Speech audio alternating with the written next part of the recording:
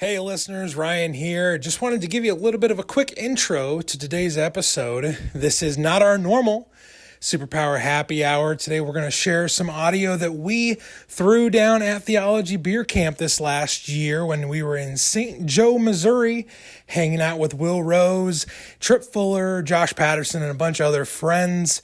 So here's the thing about today's episode. It is really a crash course in how to read pop culture with two individuals who have covered pop culture for magazines, websites. They've done the hard work on how to read pop culture in a healthy way, which I know is a thing that a lot of us need. A lot of us need to sift through the negativity, quite frankly, the bullshit of everybody having a quick opinion on anything that happens on the internet, and we need to really just boil down to some really healthy ways of interpreting pop culture. And Donna and Noel are experts. They are professionals in this field, so I really hope you're going to give this episode some attention and some time. Second reason we're sharing this is to hype up the fact that Theology Beer Camp is back for its next destination, Denver, Colorado, this October. Tickets are on sale right now. Pre-sale tickets are here. You can get ticket information at the link in the episode description. Please go check that out. If you're anywhere in the Colorado area or if you're able to travel, Theology Beer Camp is a fantastic use of your funds. So check that out if you have just a moment of your time. Check that out, and if it interests you, please, get some tickets, look into the information, see if it's something that you want to go do in October. But regardless, check out this bonus episode that Will Rose and I did back last year. It was a whole heck of a lot of fun, and I know you're going to enjoy it.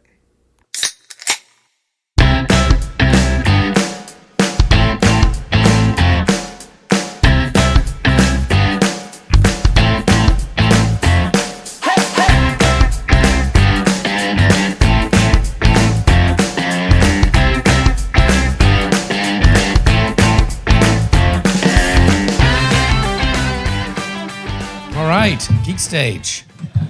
Let's hear it, Geek Stage. Yeah, all right. Yeah, the Geek. Geek Stage. Geek Stage. I love it. Welcome. I'm Will Rose. I was the host of Theology Beer Camp in Chapel Hill a year ago. How many people were at Theology Beer Camp last year? We got a couple out there. Oh. Their trip provided some geek space at that beer camp, and it was a success. I'd done some work in the intersection of those things we geek out on and theology and philosophy, and so since there was some geek space there, it grew. And then leading up to this beer camp, he was like, we should have an entire geek stage devoted to geek things. We're like, absolutely it should. And so that's why we're here. And just a quick story. I was pastoring a church in South Carolina about 20 years ago. And it was right when the Marvel movies were coming out, and my congregation members knew that I was a big Star Wars and comic book fan, and we were having conversations in the narthex about what's your take on the latest Marvel movie? Or what do you think's going on here? We're like, have you ever read this book or fantasy novel? And so we're having these conversations on the narthex pretty, quickly, and didn't have a lot of time. And I said, why don't we move into the sanctuary? Let's have longer conversations about those things that we're geeking out on. And we called it God Loves Geeks. So it was like the God Love Geeks book club. Feel free to use that in whatever context you have. And so we just, and that God Loves Geeks book club snowballed, and the Spirit took and ran with it. And it just kind of grew with that. There are lots of people out there who were geeks and geeked on all kinds of things, whether it's comics or movies or fantasy. And it just snowballed. So eventually we were able to be a part of Comic-Cons and having panels, finding God in comics. And then we got podcasts where we can become friends and talk about it. And then so now it's here at Beer Camp, and we have space for that. So I think this space is a kind of, you have permission to be both a geek and a person of faith, because the things that we geek out on, those things that we love, often wrestle with and ask the same questions that we do in theology or in church. And how do they intersect with one another? How do we continue to ask these questions and these grand narratives that we love and adore, but also go deep to who we are as people and people of faith. So that's what this space is going to be. And we have two fantastic individuals who are going to set the stage, per se, about geekdom and fandom and how that intersects with theology and philosophy. So I'm really excited for Donna and Noel to kick us off here. And they'll talk for a while, and then we'll have some Q&A with some podcasters. We'll introduce ourselves when it's time for that. And then we'll have some time, hopefully, at the end for some Q&A, and we'll go from there. So let's hear it for Donna and Noel. Thank y'all. My name's Donna Bowman. I teach interdisciplinary studies at the University of Central Arkansas. I have a theology degree from the University of Virginia, and I work in open and relational theology. And if you're interested in process theology, you can come hear Travis McCracken and me talk about the doctrine of providence, in which I will be rehabilitating Bart from the vilification that was visited upon my favorite theologian of all time in the last session. You definitely want that. We're here because Noel Murray is also my husband, and we've been writing a criticism of movies, television, for Noel, music as well. Comics, yeah. Eisner Award nominated Noel Murray, all right? Yes, this is true. So, yeah, it's a huge deal. So that's the intersection that I think is a little bit unique, that I'm a theologian who's also spent 30 years writing about pop culture, just like for alternative newspapers and websites and so on and so forth. And Noel, not a theologian. No, but my dad was an Episcopal minister, so I'm sort of a PK. Yeah, absolutely. Yeah. All right, so I want Noel to kind of tell you about his biography, and then we'll talk about geek cred, and then we'll go into like what you're doing now. Okay. So yeah, I've been writing professionally about movies, music, television, comics, pop culture in general I hate doing the math on these things these days. Since the 1990s? Yeah, I guess my first published paid piece was in the student newspaper in 1990. So how long ago was that? 33 years? Okay. And I was talking earlier, to our host over here that I'm probably most known. I was part of a group of people at the AV Club, which was the pop culture-focused offshoot of The Onion, based out of Wisconsin, and then kind of went national. So I started writing for them in the year 2000, and basically from 2000 to about 2012, I was covering constantly lots of different things for them. And then around 2004, 2005, we were doing mostly film and music and books, and we added television. And adding television both made the AV Club, I think, a lot more popular because it was something that people could easily access, unlike film reviews or book reviews, where sometimes you have to actually go get the product and consume it. I hate using the words consume and product, but you get what I'm trying to say here. TV, you can just turn on. And so we had a lot more conversations through the AV Club and kind of built up those kind of relationships that were beyond just, is this TV show good? Is this TV show bad? But more, what is this TV show trying to say? Where do we think it's going? How are we interacting with the characters? All those kinds of things that I think are conversations that make pop culture richer than just entertainment, but also something that has meaning to our lives. And so that's what I did for that long. And then since then, I've been freelancing for lots of different places, mostly the New York Times, the Los Angeles Times, Vulture, Rolling Stone, various other outlets.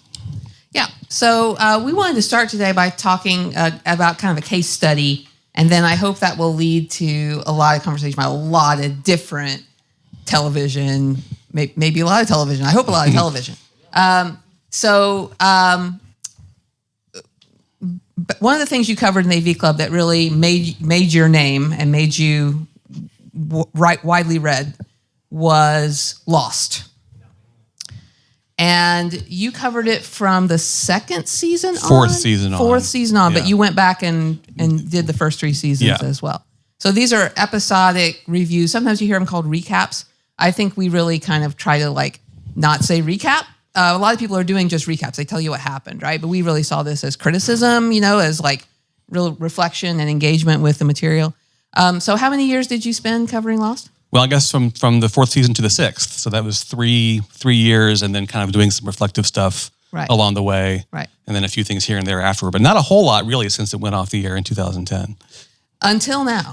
Until now, which is why I'm bringing this up as a case study, because Noel and Emily St. James, who was another person who wrote for the AV Club under the name Todd Vanderwerf at the time,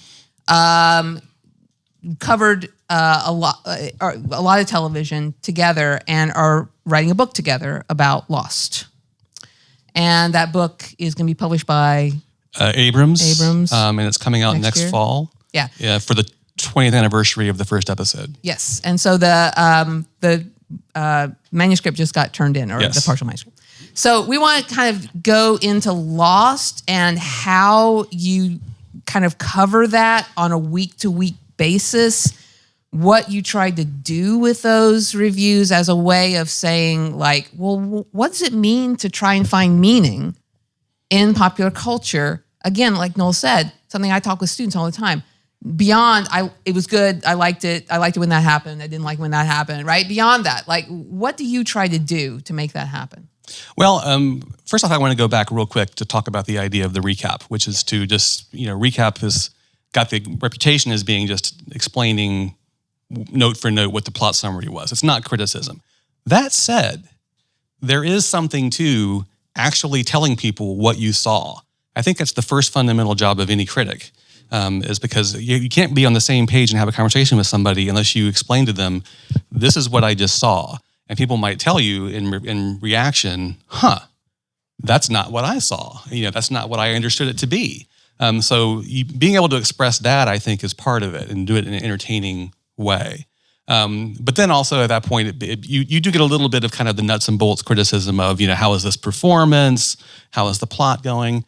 But for a show like Lost, which hopefully I don't have to explain the TV show. We'll be here. Does everyone know what Lost is? Spoilers. Yes. But generally speaking, it was a show with a lot of mysteries. And so people really wanted to talk about their theories. They wanted to, kind of find the deeper meanings. Relevant to this crowd, the characters all had very telling names, like this character is named John Locke. This character is named Hume. This was all very intentional to kind of, get you thinking about larger philosophical ideas. And so what I tried to do is, and generally this is what I think a good critic tries to do, is bring your own experience, both personal, but also, people often say, well, what's the point of a critic? I mean, anybody can tell you their opinion. I would say the distinction is, if you're a professional critic, if you do it a long time, is you've seen a lot more stuff. You have a lot more context for what's happening. And so for me, it was like taking the history of television, and with Lost is a show that brought in multiple cultural references throughout its run. And so that's what I tried to unpack. What is the meaning of the fact that one character is reading Watership Down? There's a reason for that. Or what are all the Wizard of Oz references on the show? I mean, all these kind of things that, so that's sort of what I tried to do week to week. But it was tricky because when I was covering Lost at the time, it was literally sometimes I would watch the show and had to get a review up in about 2 hours. And then the following week, I would occasionally go back and kind of look back on what I did the previous week and think about it some more. But it's an instant reaction and also trying to provide some context and meaning. Yeah, so let's just talk about the quality issue for just a second, because you're talking about, like, as a critic, you can try to think about this in a more holistic way. You can try to, like, bring in context as how it relates to a whole tradition and history of things that have been on television and are outside of television, right? And put it in that stream. And that's something I try to do as a teacher as well. But also, people want to say, well, it's going off the rails, or right? It's like, I hated that whole last season with the, or whatever, right? People will say, this is where it jumped the shark, but this is where it went wrong. And they want to do that also instantly sometimes, like, I hate what they did to that character in this episode that just happened. Right.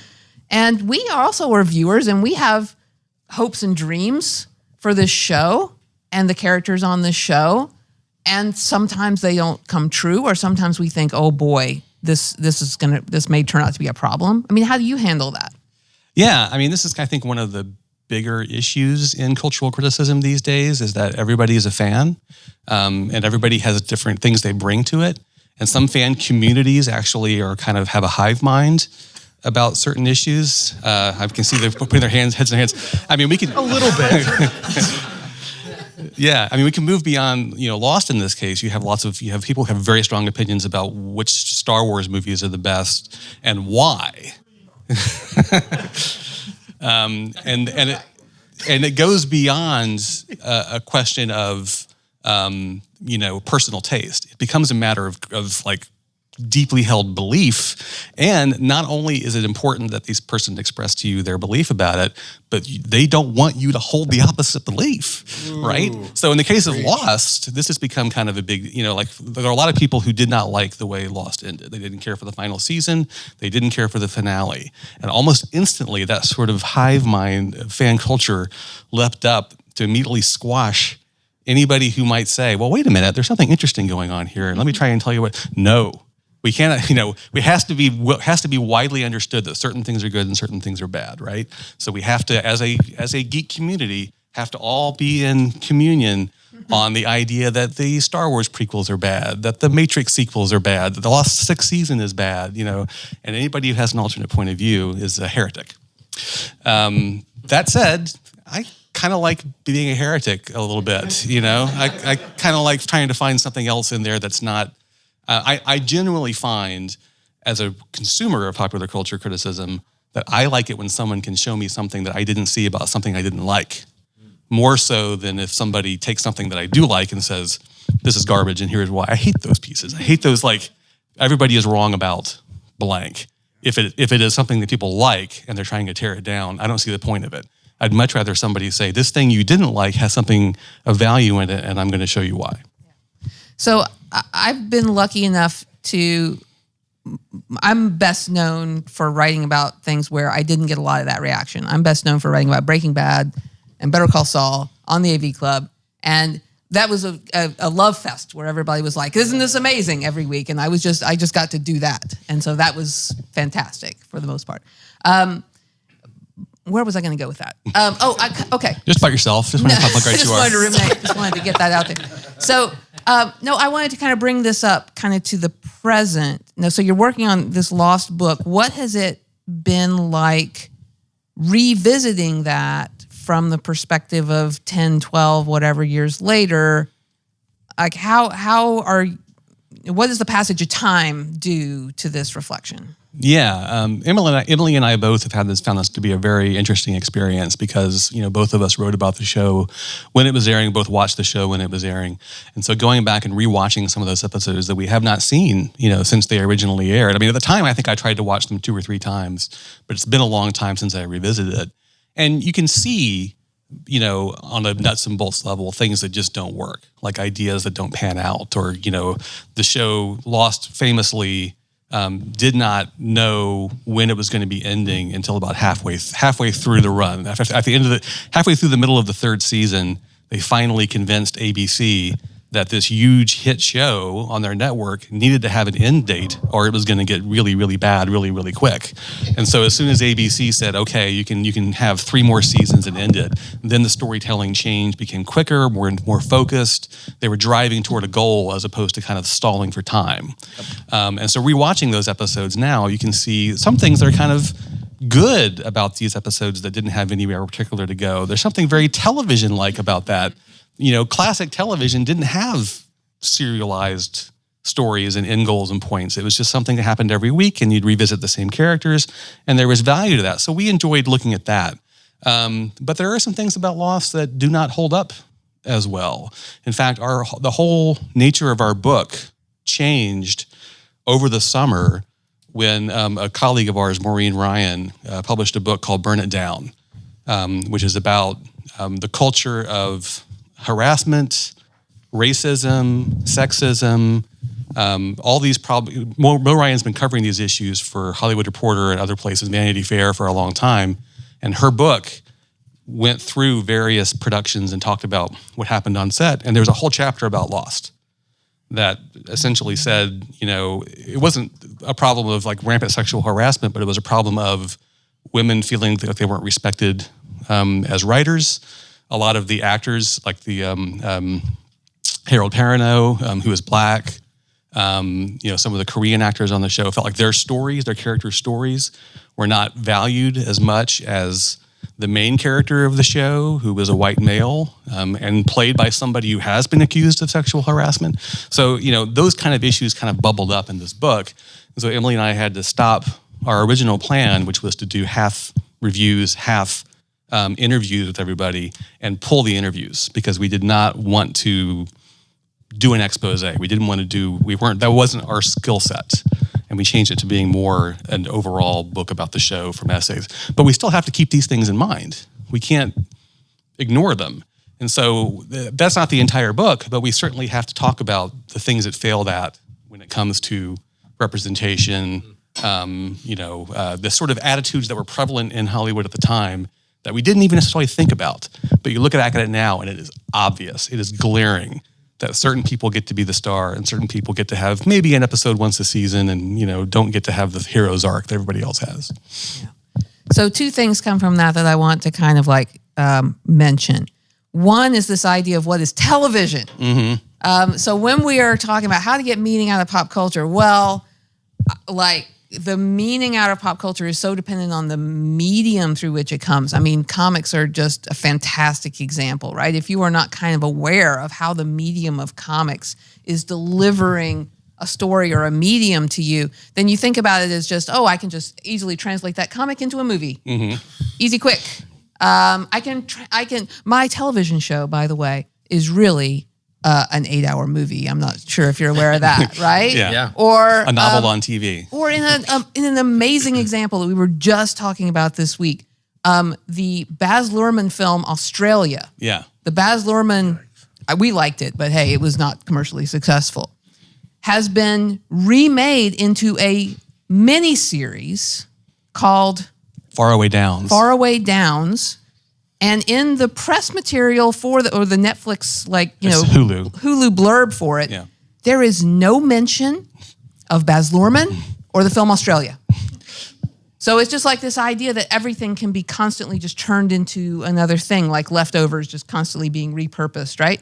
And that ignores what the medium is.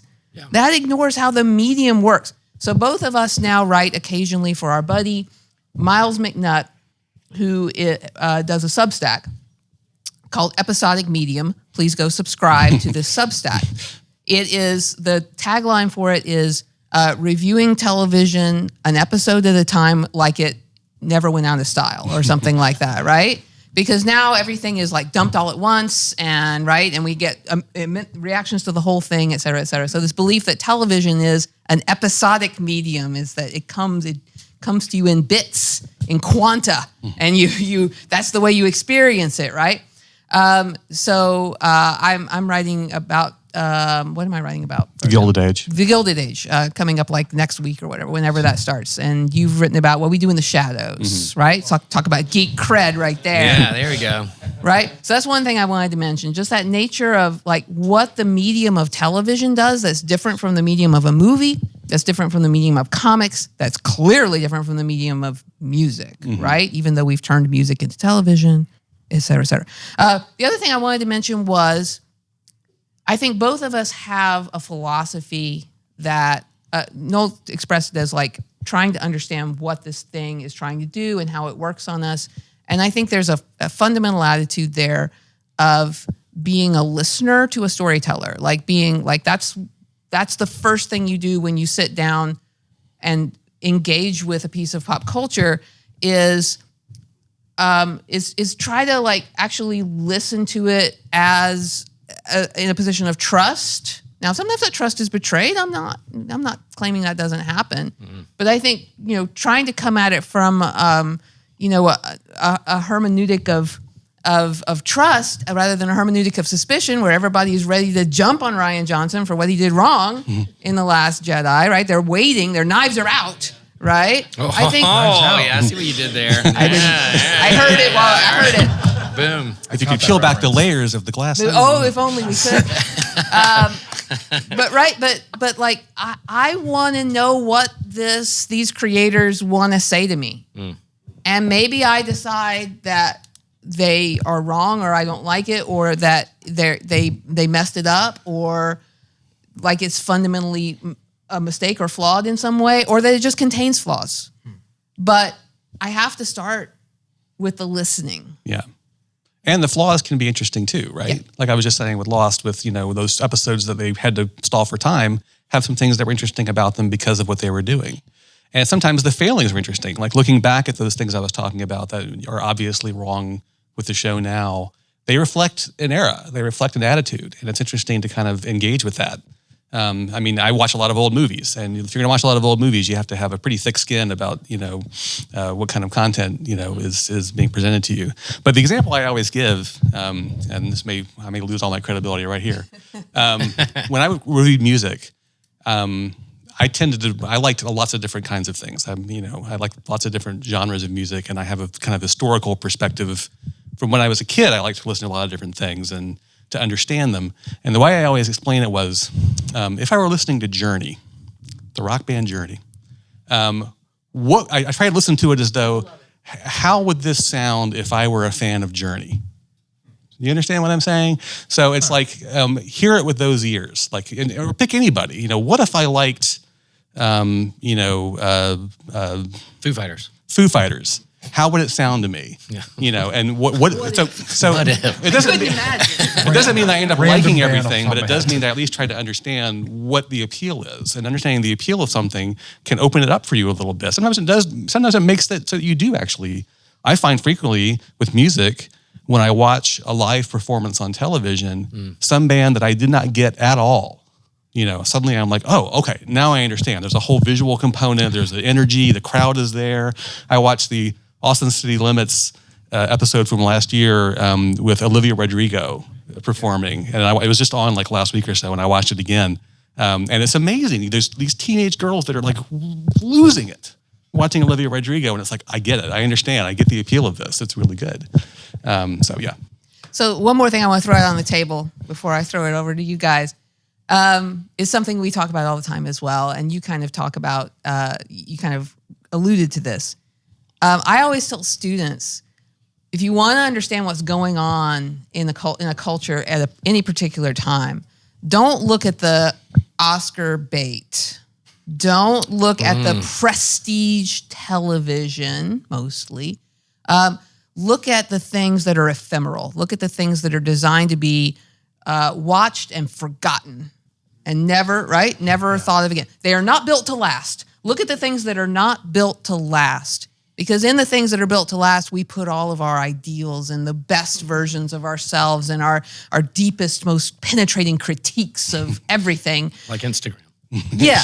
And in the things that are ephemeral, like for me, this is reality television, right? The things that like we're big fans of Survivor and Amazing Race and things like that. And we're deep critics of them too. Like whatever Jeff Probst thinks is happening in the culture, I think is fascinating. And not because I agree with it, but because he's so deeply invested in this idea that there's heroes and there's hustlers and there's, what was the third one?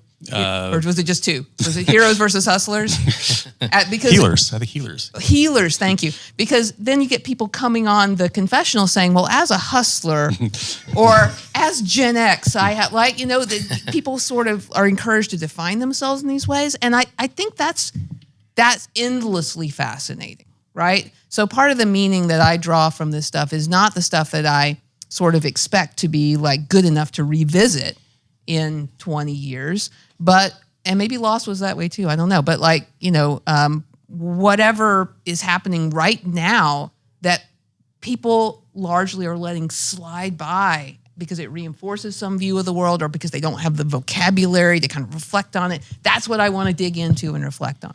You ever thought about that? No, I think you said it just fine. Okay. All right, great. Well, then I'm going to throw it over to the podcasters. Good job. Thanks, guys. We got a lot to talk about. We do. Let's unpack that a little bit.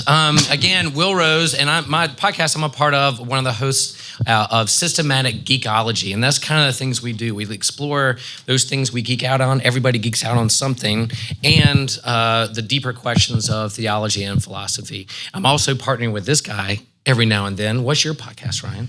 I'm Ryan Doze. I am, I guess, the creator. And Canonical host. IP. I started a podcast about Marvel's Thor in my garage, and it was a way to keep me entertained. Is Thor in your garage? What? Is Thor in this podcast? Is he in your I garage? freaking wish. Then met Will through Trip, and we've talked about, I feel like, just about everything in that one little vein of comics. So that's why Noel talking about comics gets me so hyped and excited. Let's talk about And comics. what's the next? We could be here the rest of the week. I know. How much time we got? Lunches, everything. No, I'm interested because the reason we start here, how to read pop culture, some of the things you talk about, and the things we get frustrated in churches in terms of like the toxic fandom and who owns the IP and what's going on with the canon and who's telling the story and the narrative. And you're not telling the story that I wish you were saying, or what you're saying is a perversion of what's going on. So how do I detach or deconstruct from that and then move on? I'm going to change churches and fandoms. I'm moving down the road. Those things that are happening in churches also happen in geek toxic fandom when it comes to like Star Wars fans and Tolkien fans. And I'm a big part of the Comic-Con community, and a lot of those spaces that are unchurched, they're like, and rightfully so, they've been burned or hurt or don't want any part of that. But the same things and questions that are being asked and wrestled with in the Comic-Con community and working out your identity or your toxic fandom, I can't believe you treated Luke Skywalker that way. The same thing is happening. What are you referring to? The knives are out, man. The knives are out.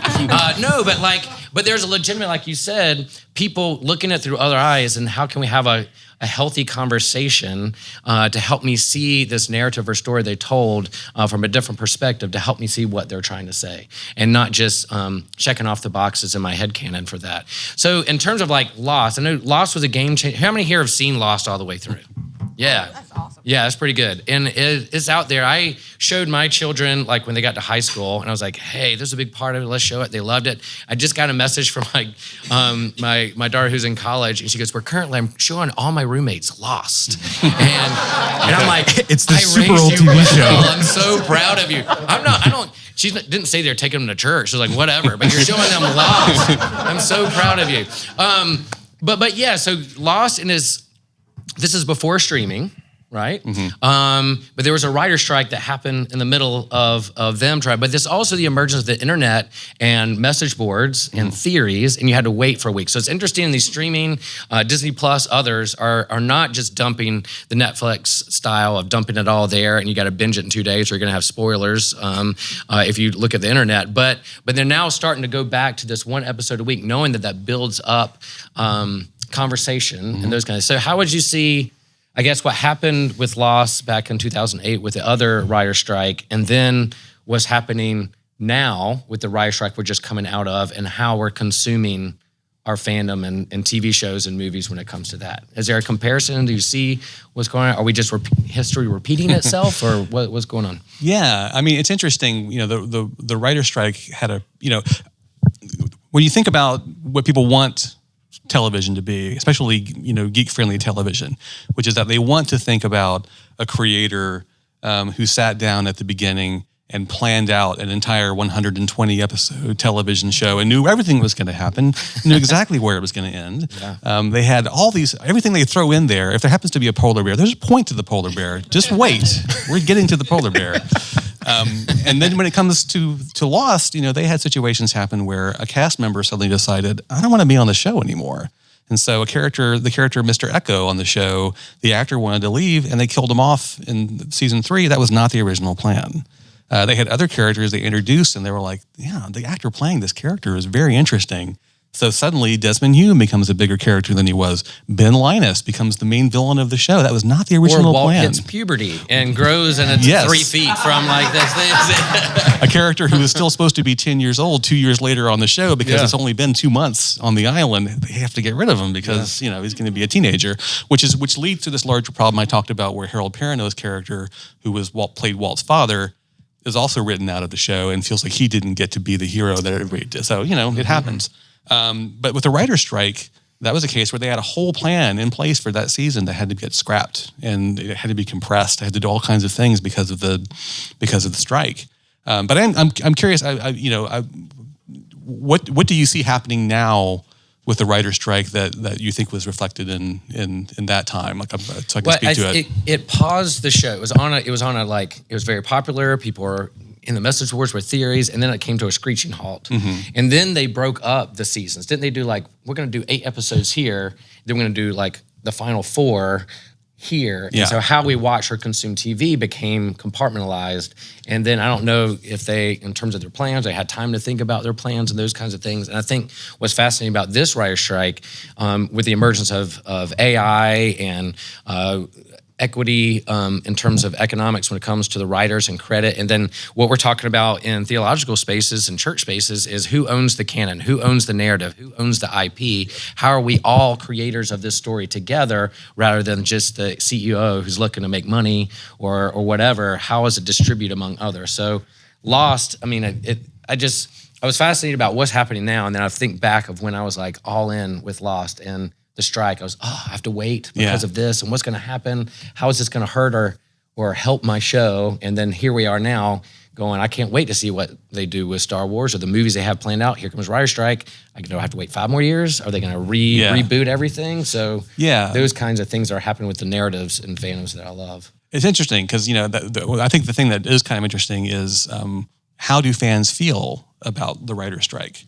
A lot of people are upset, right? Because now it's going to be an extra 6 months before the new season of Andor comes out or whatever, because they had to pause production on it. Or the second season of the Lord of the Rings show, it also, I think, got started and had to Rings of Power had to start and stop. So are you supportive of the people that you love creating your stuff, getting a fair deal, or do you care more about your stories? You know what I mean? And that kind of speaks to what we were talking about before too. Who do you care more about here, the storyteller or the story? And do you trust the storyteller, or do you think that the story is above the storyteller to the point where if they're not being proper stewards of it, you have not just a right, but an obligation to speak up and say, hey, wait a minute, this is wrong.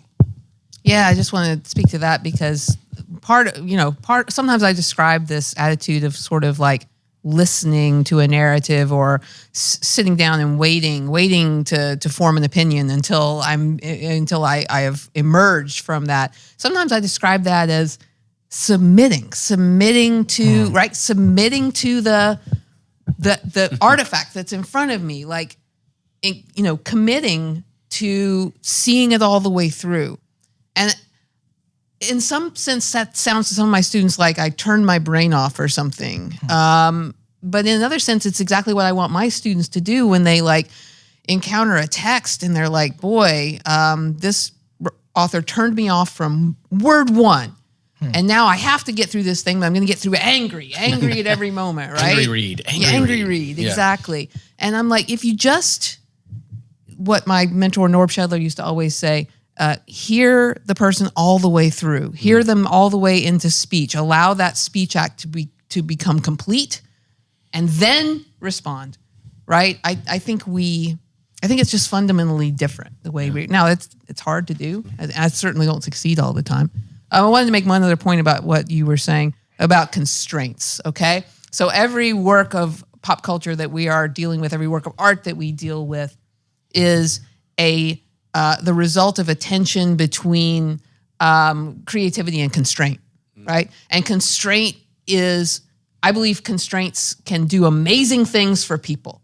Constraints that they put on themselves, I think we were kind of early big fans of back in the day, the kind of Dogma 95 films, if you know the Lars von Trier films, and Thomas Vinterberg and people like that, who said, okay, we're not going to do music. We're not going to do scoring. We're going to use only handheld camera. We're going to whatever else they did, right? All the other things they did. No voiceovers, right?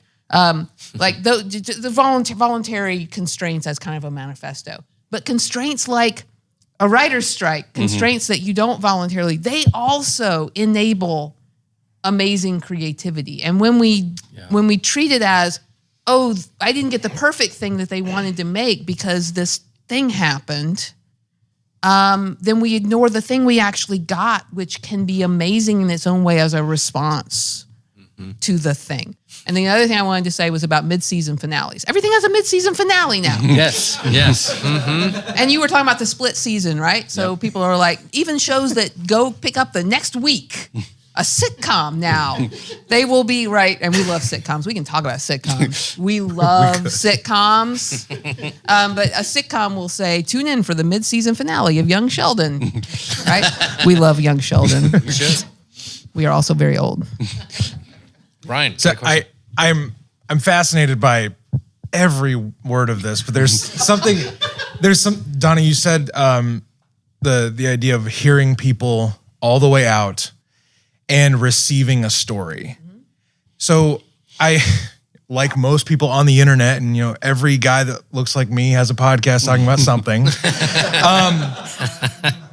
So much of the narrative and the dialogue I hear is, I've got to watch blank to respond. No one's like dying to hear most of those responses, but like, think of a credible news site, and like a Screen Rant or a comicbook.com or an IGN. They always have these very responsive, like, so-and-so ruining Star Wars. And it's always associated to a feeling. How do I say this effectively? It's associated with a feeling I had about that franchise when I actually took the time to receive the story. Right. Yeah. Instead of now, I'm hyper fixated on like the latest episode of blank was dog shit because of blank. But I haven't heard the whole story yet. I say all that to ask the question, where does that come from? Okay, I have a thought about this. I know you have a thought about it. Great question. Just the other day, I was talking to students about, I asked students about something that was precious to them that took them back to a time when they felt like everything was okay, and they still revisit that thing in order to recapture that feeling, right? And they said, I'm going to go see the Taylor Swift Eras movie, and like that, some of the music there like takes me back to a time when like I was emerging and I knew who I was and everything was all right and et cetera, et cetera. And I said, okay, well, my husband's a Neil Young fan, and like, one of the things you do is like, he keeps putting out, versions of the same material, little extra stuff in a different way, right? But one of the things that can happen when a person is no longer actively making music is that you can trap them in amber. They are all, they are already all that they will ever be. Yeah. And therefore, right? But when a person is living and continuing to work, then you see people saying, well, why wasn't your album like the one I liked? Why don't you just continue to do that? Why do you have to do something new? I just think about like the Belle and Sebastian album I love, which was like them breaking out of their kind of acousticy thing and doing something disco, with horns or whatever, and disco. And I was like, this is amazing. And other people going, that's not Belle and Sebastian. They've sold it. Like it's all messed up now, right? Yeah. But it's about it being a living story with living people. And that's hard for us because nostalgia is a hell of a drug. Right? We want to just trap it and keep it, right? And now it's ours. But I'll let you mention something. No, I think you said it just right. I mean, you take like directors people love, for example. Like there's never going to be any more Stanley Kubrick films. So if you become a Stanley Kubrick film fan today, you're brand new, say you're 20 years old, so he's been dead for as long as you've been alive, and you start watching Stanley Kubrick films, well, then the entire body of work for Stanley Kubrick is open to you. Right? And you can encounter and experience it that same way. If you are a fan, on the other hand, of say like Martin Scorsese, he's still making movies. And so you might say, well, this movie isn't, The Irishman Oh, or man, Killers of the Flower Moon or people whatever. who greeted every new Martin Scorsese, a miracle that we have a new Martin Scorsese movie, and they're like, well, it's not as good as, whatever. It's 3.5 hours. I don't know. Isn't he doing a Marvel movie soon? So that's what I would say is that when, something that is newly created versus something like when you experience Star Wars for the first time, it was nothing. I mean, even if you were born later in life, you still might experience that the original trilogy, which is the middle three, as its own thing, and it's new to you, and it's exciting and fresh. But anything new that comes after that, you're going to compare it to that first experience you had, which was sort of in self-contained and already existed. So real fast. Yeah, go ahead. And kind of juxtaposing that with what happens in our faith, communities of faith and churches. Nostalgia, like Christmas, is probably a bad time to say, I'm going to bring out all new hymns for Christmas Eve, right? But so how do I I want to introduce new liturgies and hymns and who's this living story that's shaping us and transforming us and shaping us who we are, along with we want to look back in the 80s, those were the good old days. And it's like, were they? And so how do we mix and or have that balance of the good and dark and light side of the nostalgia and things we love, but also drawing us forward to something different. And I think fandoms are wrestling with that too, along with thriving communities of faith with that too. How do we do nostalgia and also do something new and vibrant to draw people forward? I think about, I mentioned being a PK, but my dad, before he had his own parish, was kind of one of those people who would travel from churches to kind of fill in, on Sundays. And I remember being with him on one of those occasions, and they had that church had recently changed a few things in the liturgy, before my dad got there. And so I sat in on a kind of fellowship hour after church, and they were talking about the fact that they had changed they went to a different wording of, say, the Nicene Creed, or one of the things that's a regular deal, and it has multiple versions you can use, and they picked a different version.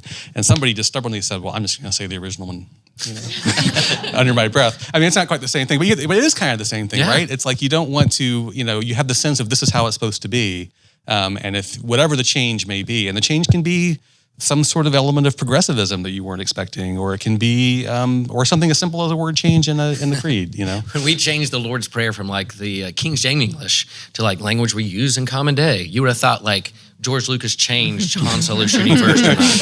What? You changed it to the original? I was like, no, Jesus did not speak in King James English and these and that.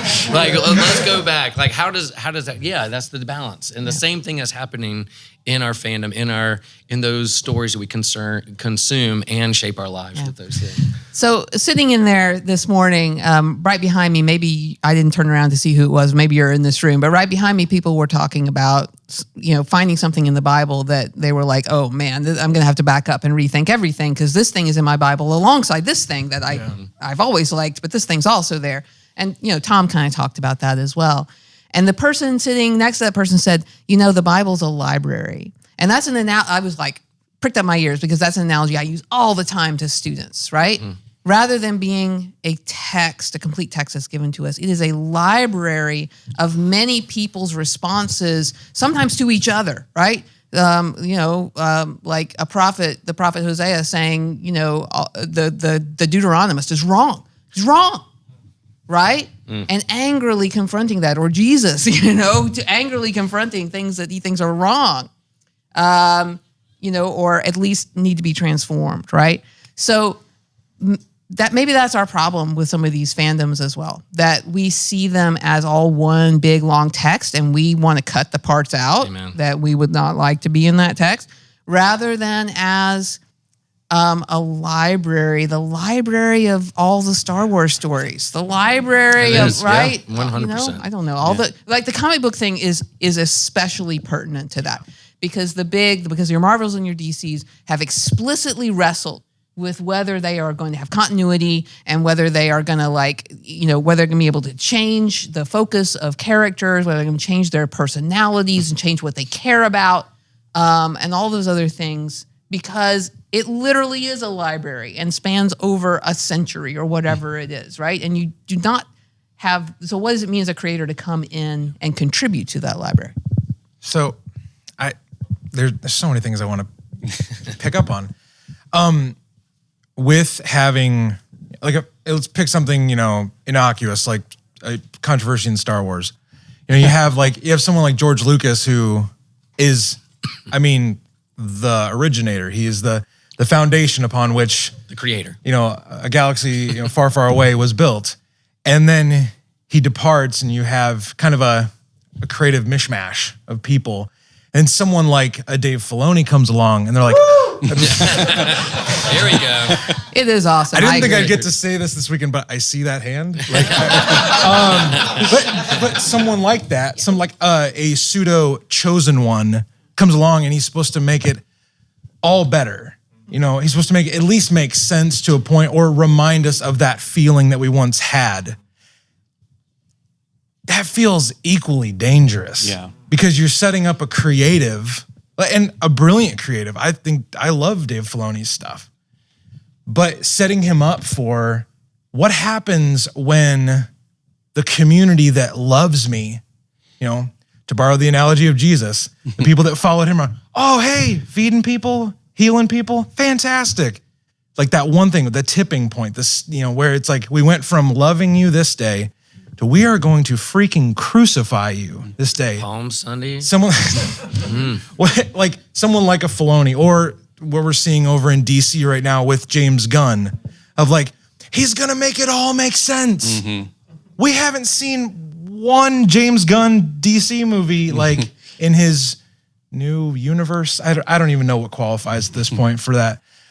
When figureheads like that come into fandoms, is it almost an unobtainable role within a fandom to unify us? I don't know. Unenviable for sure. Right. I think it depends upon, I think you also can have the problem of a perfect example of this is Zack Snyder, right?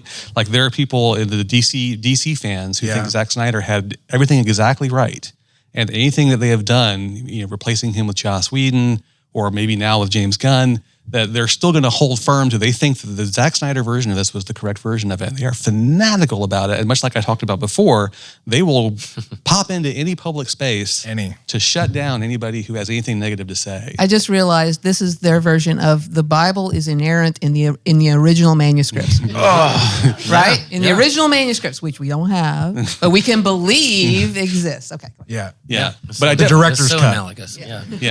The director's But I agree. I definitely think that, if it comes down to I'm just giving the fans what they want, that gets boring after a while, right? I mean, you need new characters, you need new stories, you need new ideas. Do we want fan service or fresh stories? And can we possibly have both? Yeah, that's the tricky thing. Okay. I think we can. Okay.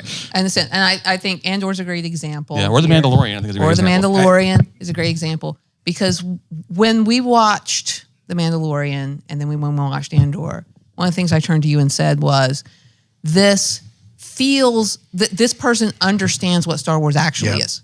It understands not just the aesthetic, the right word, not just the visual aesthetic, but the way the relationships characters have to their environment, to each other, to the political system above them, and the kinds of stories that are enabled by focusing on those characters. And you see so much media that's I know what the fans want. They want more. Can't think of a good example now.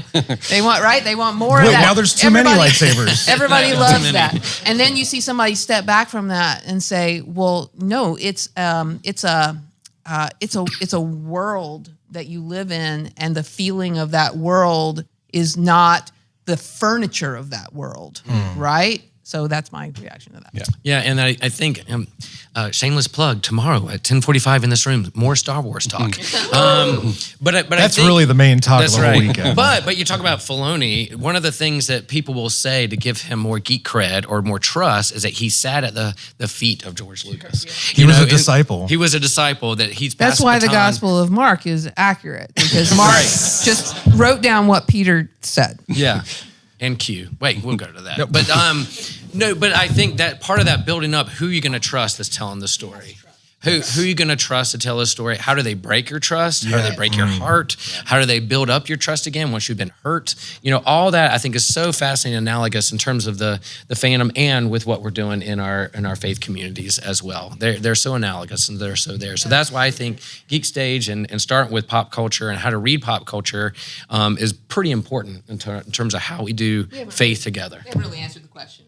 No, but you have. I think How do we? absolutely have. How do we read pop culture? With great difficulty. With great difficulty. In community. And understand it's a library. Another question? Well, more of this, how do we do it with great difficulty? Yes, that feels simple, but it's also incredibly complex. That nerd geek culture has kind of become pop culture to a certain extent. Look at the top grossing movies of the last decade plus. Mm-hmm. They're probably going to have a cape or a mask or something in them on the hero, or there's going to be lasers, there's going to be lightsabers. That people clearly have an appetite for this medium. But with nerd culture, us going from the back corner of the room now to the stage, has that maybe, and I don't know, correct me if I'm wrong here, and enabled a fan base to be like, we're no longer the minority, so we get to kind of own all of it now? Let's have a fun analogy here. I would just put it in the same context as people modern day Christians who like to see everything as being a persecution, right? Because that's kind of what we see with a lot of these communities. Like as soon as Martin Scorsese, for example, says something like, well, I don't really watch the Marvel movies because they're just like theme park rides. Oh my God. These people who have won. You've won this conversation. We won. You have to come back and tackle this poor old man who was making masterful art because he doesn't want to see your little movie. It's okay. Not everybody has to see everything. It's okay. Yeah. So that is the danger to me more, is that people still, this is part of our geek identity going back from the beginning, right? I was a huge comic book fan before any of this stuff became very, very popular. And so I think we still kind of carry that with us to a little bit, that we're a little bit of a little standoffish about these things that we like, even though they've become the most popular things, in the world. Yeah. And because you were a fan before it was a movie, you're a real fan. That's right. The idea of it's funny how we, some of us spent time before there were movies, before we were breaking box office, whatevers. And it's no, I was ridiculed for this. I was bullied for this. I was the persecuted minority, but now we've become part of such a large quantity of popular culture. And it's we kind of become the bully. Yeah, and it reminds me of a passage from a deeply held piece of media where it's we either live long enough to see ourselves become the villain, or we die the hero. And I feel there's a lot of truth in that, where it's I remember getting bullied for thinking Darth Maul was the coolest thing ever. I remember watching that trailer and being what is this? I have to see this now. My mom being guy looks like Satan. And I'm we're not going. And sneaking into Phantom Menace. I remember that was my... That's a good story. But then other people being well, that's not really Star Wars. It's that gatekeeping exists. I'm not included in the theological conversations a lot, but there's got to be gatekeeping there. Gatekeeping just a little. Just a little. Okay, yeah, Pastor. and I think that's a really interesting thing to bring up just about this event.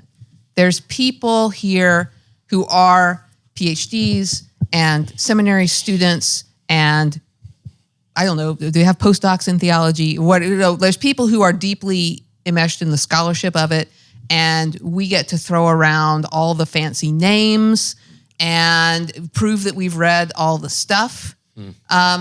And what encourages me so much about this event on the Discord is there's people confessing, I really don't know any of that stuff. Is there a place for me here? And everybody's going, yes, right? And I have to take this into my current biggest fandom is the speedrunning community. I'm not a speedrunner, at all. I've never speed run a single thing in my life. But I find the people involved in that community extremely non-gatekeepy. I'm sure there are corners that are gatekeepy, but everyone wants everyone else to come in and give this thing a try and get started. And what worries me about the church is the same thing as what worries you about the fandom, is that I have students who increasingly grow up without any knowledge of religion. They grow up as one of the nuns, right? The NOENES, nothing in particular. Like their family is that way. Yeah. And then they feel it is impossible to know anything about it. It is impossible. It is so big, and they feel like such an idiot for not already knowing. Mm-hmm. And we make them feel that way. Yeah. And that question of how much perseverance do you have to push past that and say, well, I really don't know. I've never read the Bible. I don't even know what it says. I don't know how they act in church. I don't know what anything you guys are doing means. I'm interested. I would really like to get into it, but the barrier to entry is so high. So the comic book community has like jumping in points. Like they'll reboot a whole, like Superman's been around for 70 years and 1,000 issues, but then they'll reboot and do a new #1 at the top. And that's supposed to invite you in. A new story has started. And I joke in our podcast, they keep the legacy numbers, don't they? They keep legacy numbers. I love my legacy numbers. Thor, 738. Yeah. Why does it say #1 up there? It's not #1, it's 738. But hopefully our community faiths can also do entry points. How do you jump on? Disney Plus has done all right, you haven't watched, in order to watch Ahsoka, you don't have to watch all Clone Wars. Here are the 10 top episodes to know all you need to know about Ahsoka leading into. My wife watched that show with me, and I was like, you probably don't need to watch, but maybe, hope they'll tell a story. But she's watching it, and she's like, pause. Anakin had a Padawan? Yeah. It's a complicated relationship. Go. And then 30 minutes later, pause it. Okay. And then a little bit later on, they actually asked Sabine, so what's going on? And she was like, it's complicated. I was like, I said that earlier. Yeah. But how do we have entry points or jumping on points? And I think the comic book community, others, was like, here's a way you can come in and understand. Maybe you don't need all this backstory, but if you want to go deeper, here's this. One other thing we do at Systematic Geekology is that we do recommendations at the end of the podcast to say, we want to recommend something, because I feel like I have my finger on the pulse of pop culture, what's going on in geek culture, but I know nothing about the gaming world or anime or something like that. But we have big fans who are hosts on our show who say, yeah, I recommend this. If you want to start here, go here. If you love One Piece, maybe you watch Netflix first or not. TJ's going to give me the top 4 episodes that I need to get into it. But yeah, how do you shepherd or be pastoral to those to say here, come in and let me help you understand and consume this story? And what's funny for me is that as somebody who was grew up watching television, I was a latchkey kid, so just basically TV on constantly when I was young. And TV was different, obviously, in the 70s, 80s, whatever. But even still, I'm still baffled when people say, here's this new show. It's really, really good, but you have to go back and watch from the beginning. The first 8 episodes are terrible, but by episode 9, it starts to get good. And I'm like, I'll watch episode 9. I mean, it's television. I can figure it out. It's television. I can figure it out. Like something like Ahsoka, for example. I have not watched all those Clone Wars things, but I just dove right in, and I'm enjoying it so far because it's a Star Wars story. I can figure out a Star Wars story. I don't know who everybody is, but they're going to give me information enough to know. Mm-hmm. Also, Wikipedia exists, but anyway. So I don't know. You have to be careful with Wikipedia because it'll spoil things you might not want to know. But yeah, my attitude has always been that everything should be approachable, right? Accessible. Yeah, but we have arguments about this with our fellow critics. Yeah. We have some fellow critic friends who are pretty adamant that if somebody told you in season 3 that, this thing's gotten really good, you can't just start watching. You have to I don't know why. I don't quite understand why, but the in medias res is not just a narrative device. Y'all know what in medias res is, right? Starting in the middle of things, right? The way Homer starts the Odyssey with, Ulysses on a beach, just crying, and how did he get there? And we're going to find out, right? Actually, all shows do this now, With right? Oceanic 1 815 year wreckage earlier, scattered around. right? Yeah, exactly, right? In medias res, right? Yeah. So it's a narrative device. New Hope. And we are so used to it because we know, oh, somebody's going to go back and fill in those details for me. But in medias res is an existential reality. We all arrive in the middle of a conversation that's already started. And we listen for a bit, I hope, right? We listen for a bit and we make our contributions and then we leave before the party's over. Like that's the nature of reality. And the thing about narratives is it can kind of like abstract from that and give you something that's finished, maybe, but not really. Because my favorite narrative, and Noel read this recently, and so, right, my favorite narrative that I have lived my life by is The Deed of Paxenarian. I started reading that because you suggested it. I It's know. so good. By Elizabeth Moon. Yep. It is a fantasy trilogy that I So good. reread over and over and over again. And that is not a finished, I mean, actually, there's a second trilogy, but the important thing is it's not even a finished text because I'm living it out. Right? I'm living according to that, and that's becoming a fact in the world, right? And so my online handle is Paxenarian. You can find me as Paxenarian everywhere, all over the internet. And that word becomes a part of other people's conversations. They call me that, and they don't know who that is, but that, right? That reality is not something that's ever going to be finished, right? Even though the books are finished. You call that in medias res? Is that how you say that? In medias res. In medias res. Because if you meet me, you've never met me before, you meet me out there having a beer, you meet me already in my story. That's the thing happening. And so what's the background? What made Will who he is today? But then my story isn't over yet, at least I hope. And so, we all meet people where they are and that. Good stuff. Now, does Disney Plus have like 4 essential Will Rose episodes to hit before One day they will. Speaking of books, I had one quick, easy softball question. Are books better than the movies? And does it matter? Like comparing a different form of media to another form of media. Why do we get so freaking hung up on that? Okay. We have many thoughts about this. We've had many conversations about it. I certainly have students who think they are they will go, of course I know, I haven't read the book, I'm sure it's better or whatever. They think they know where I stand about this.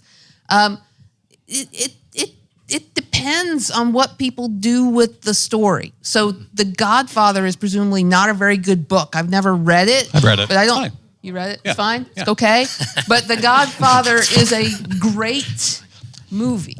I was not allowed to see R-rated movies. Yeah. So I read the book versions that'll of a lot of work. these. That'll So I work. read The Godfather before I saw the movie because I couldn't see the movie. And then we were talking recently about the novelizations of certain science fiction things or whatever in the 70s and 80s were often by extremely good writers. And so the novel, like Alan Dean Foster wrote a bunch of novelizations of Star Trek things, right? I don't know how you even say they're the same and they're just translated and which one's better. We put them on a scale or something like that. It's a whole different team giving you that in that medium. It's whole different thing. Yeah. I just, to kind of put a bow on that, like we talked about earlier about how we have to learn to understand the medium for what the medium is. Yeah. So a movie is not a novel. A TV show is not a novel. A TV show is not a movie. Comic books are not novels or movies, even though they have graphic novels and even though comics look like storyboards. It's not quite the same thing. Yeah. You can translate it as closely as you possibly can, and when you do, it's going to oftentimes end up looking dead. You look at what Frank Miller tried to do with, Frank Miller, comic book artist, translated his own Sin City, and he also translated The Spirit into, very accurate, looks just like the comic book panel. Zack Snyder has done that a little bit too. And it's interesting, but it doesn't quite, it doesn't quite feel right. Or Into the Spider-Verse. I think Into the Spider-Verse or Across the Spider-Verse are counterexamples, because there you have something that's clearly very inspired by the look of a certain era of the Spider-Man comics, but they made, this is our word, right? This is Martin Scorsese's word. They made cinema out of it. They made cinema out of it, right? And that requires not just sort of a translation process, but a transformation process. But so you have people who are fans of, say, the Lord of the Rings novels or fans of the Harry Potter books or whatever they might be, and they might question, well, this is my favorite part of the book and it's not in the movie. Where's Tom Bombadil? Yeah. Yeah, Nick, where is Tom Bombadil? But I think you sometimes see if someone does an extraordinarily faithful version of the book, it doesn't work. It doesn't work as cinema, or they're trying to do some of these things again now with television, and it also doesn't quite work for whatever reason because the pacing is different. Sometimes chapters are short. TV shows are all the same length. They don't have to be in the streaming era, but they tend to be. And speaking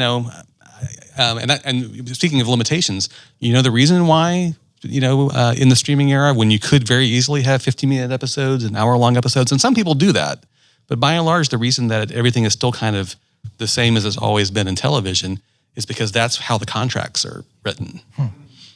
As to pay people for, you can't pay somebody for a 15-minute thing like you can pay them for a 30-minute thing. That was part of the strike deal that they came up with because of the streaming and all this kind of thing. So as a result, we have this, you can find a way to use that particular thing about the medium, or you can just try to squeeze your novel for television into little 30-minute, hour-long blocks where doesn't quite work. Why are pop songs 3.5 minutes long?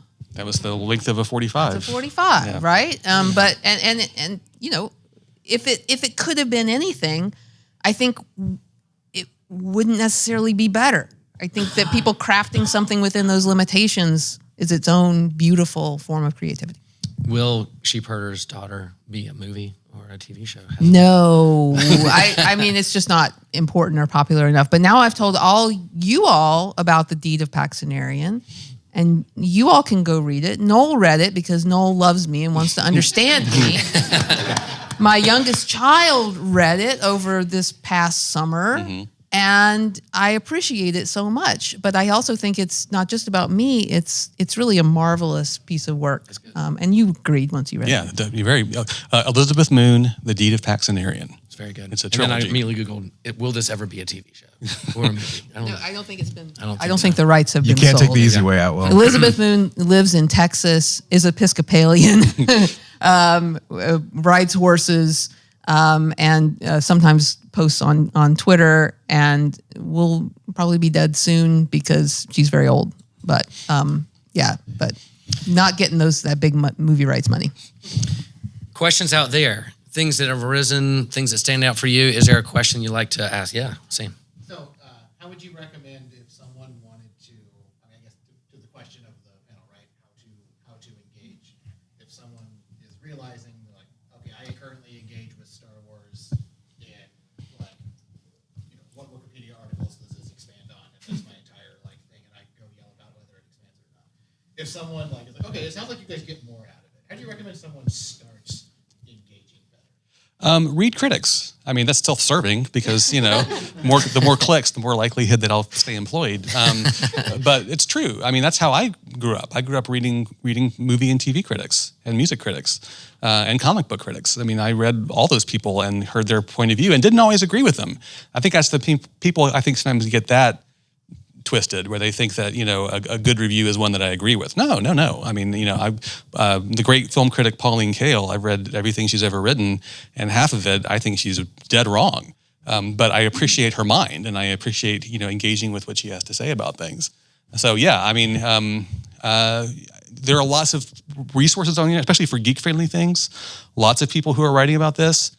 Find the ones who know how to write. That's typically a sign that they have had a little more experience, because lots of people who are novices, espouse. And if you have a good ear, you can tell just from the prose alone whether they're worth engaging with. Not that I'm saying they're worthless. I'm just saying that you're going to get a lot more out of somebody who can write something that where you're engaged by the actual writing itself, even more so than what they have to say. You were talking about sort of the response. I want to watch it so I can respond to it.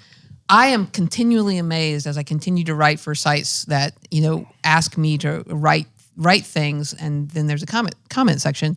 I'm continually amazed by the number of people come to the comment section having read the piece. Yeah. I'm like, who are these people? I don't meet any of these people in the rest of my life, right? You get the headline and then you immediately respond.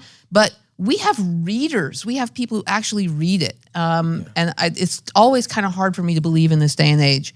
But I don't think we talk about that being a reality. We act as if that's over and done with. And I'm here to tell you it is not. Right. So, yeah.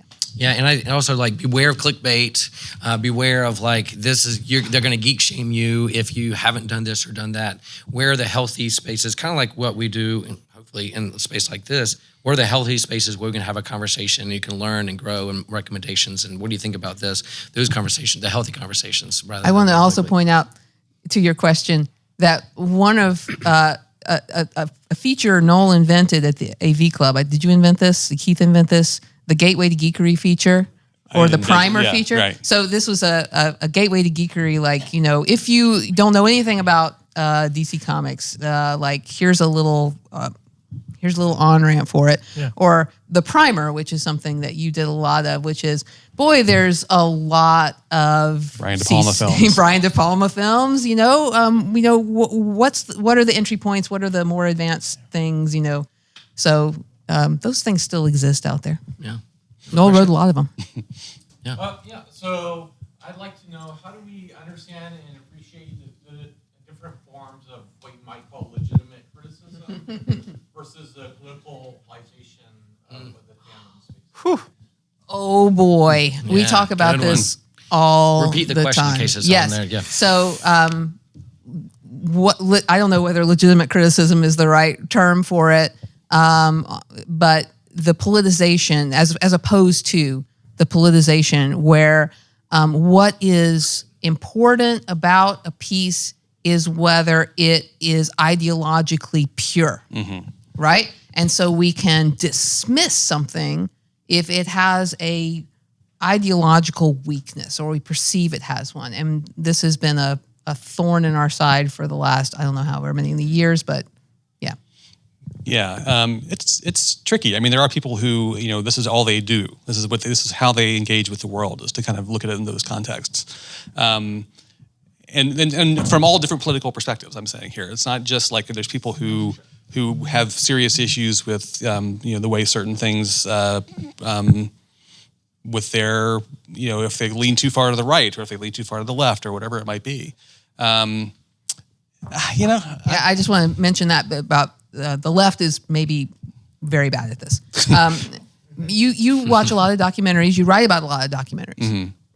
And one of the things about that is there's a lot of documentaries that have the correct view of a piece, but they are not good. Yeah.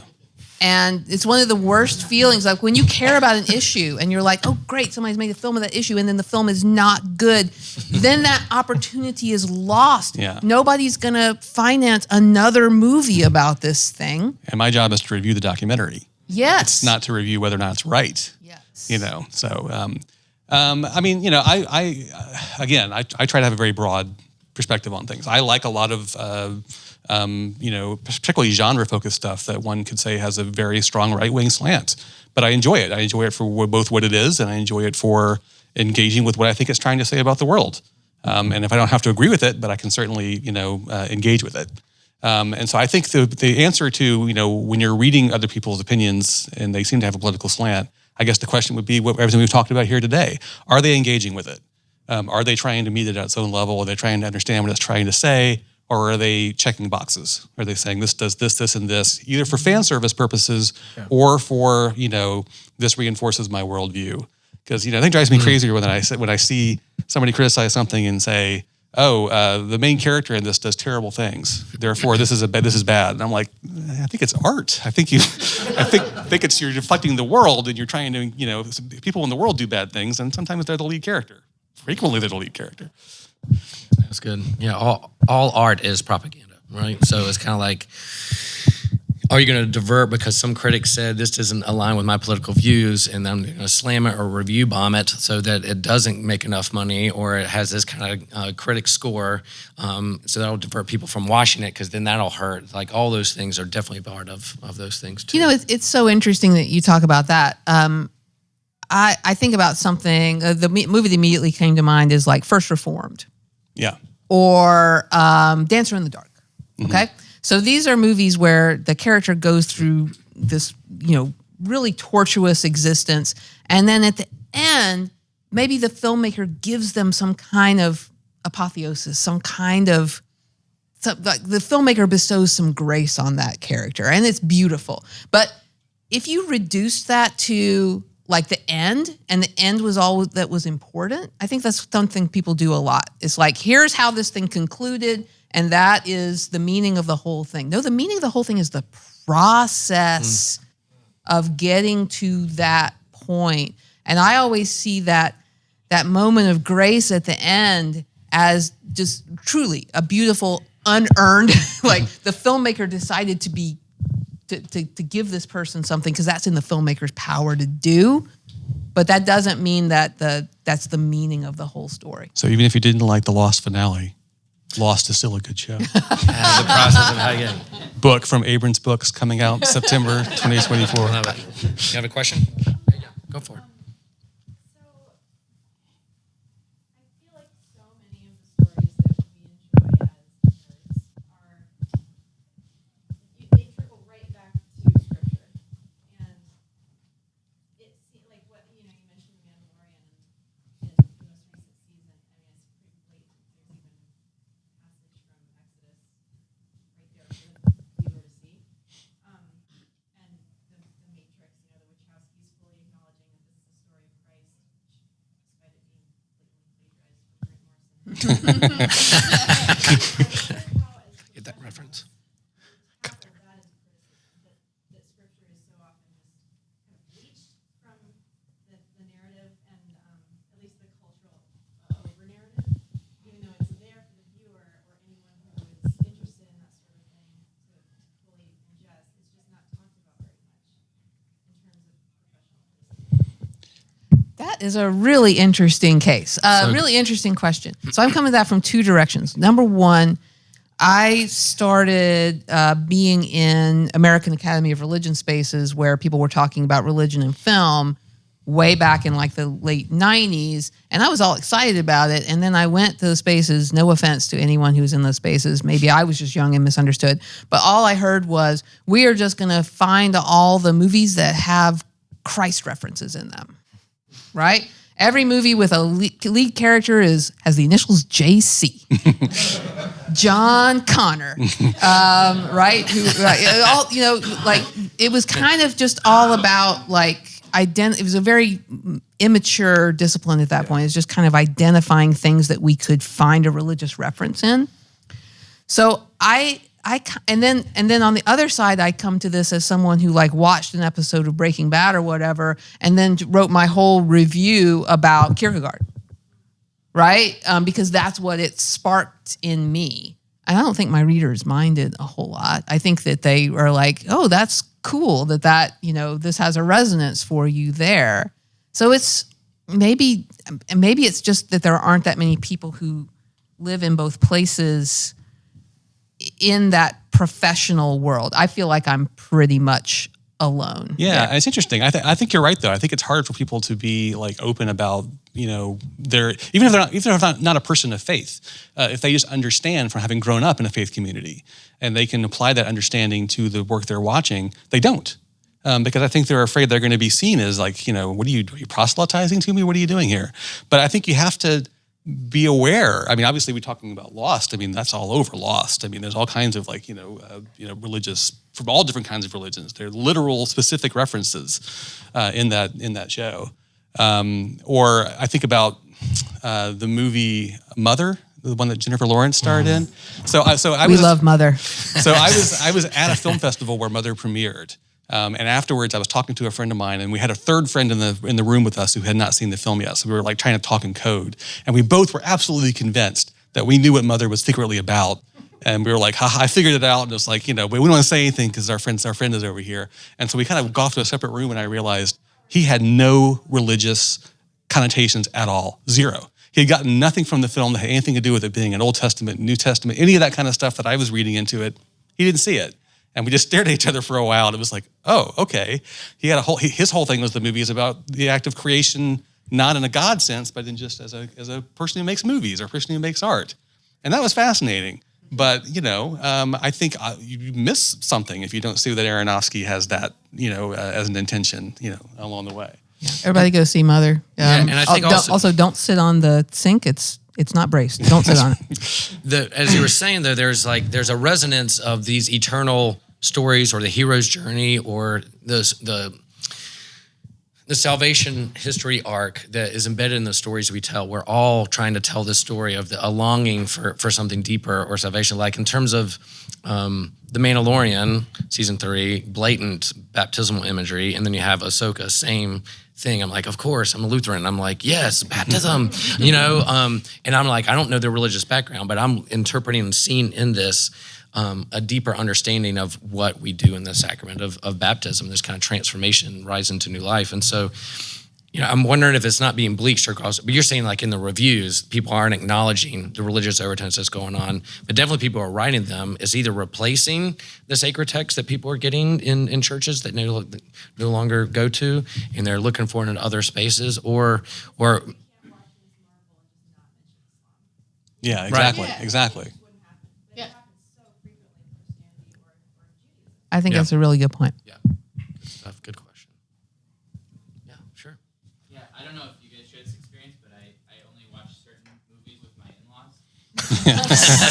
And it's Preach. not because they don't enjoy film, but it's because there's this like evangelical automatic response when you watch a film that your first move is, I like this, but, and then you add some criticism that distances you from the film. Yeah. So now I can talk about the film over here, but it is not connected. You don't have to identify it with me.